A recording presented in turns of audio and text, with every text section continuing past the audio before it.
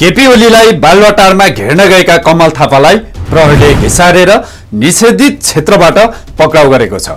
आज कमल थापालाई नक्सलबाट प्रहरीले पक्राउ गरेको। जेठ 15 गतेबाट फेरि राजावादी समूहहरू यति बेला सक्रिय भएका छन् र उनीहरूले अनिश्चितकालीन संयुक्त जनआन्दोलन घोषणा गरेर अगाडि बढिरहेका छन्। कमल थापा पक्राउ परेपछि आक्रोशित भएका राजेन्द्र लिङ्गदेनले के हामी भित्र 2-5 हजार मान्छे बन्दुक बोक्न तयार छैनौं? के हामीलाई तोडफोड गर्नै नआउने हो र? कमल थापालाई यहीँ ल्याएर नछोडे भोलिदेखि आन्दोलनको स्वरूप परिवर्तन हुन्छ उनले भनेका छन्। उता आन्दोलनका प्रवक्ता स्वागत नेपालले जहाँ पनि निषेधित क्षेत्र तोकेर हेरौं ओली कुन बाटो हिँड्छन् भन्दै ओलीलाई चुनौती समेत दिएका छन्। राजावादीहरूको आन्दोलन दिनानुदिन बढिरहेको छ। सरकारप्रति आम जनता निराश छन्। यसको समाधान अर्ली इलेक्सन हो भन्ने विश्लेषकहरू बताउँछन्।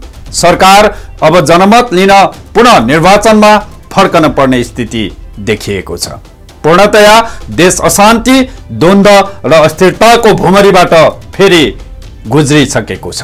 पुराना नेताहरू यदि नसचिने हो भने भाग्न नपाउने स्थिति नआउला भन्न सकिँदैन।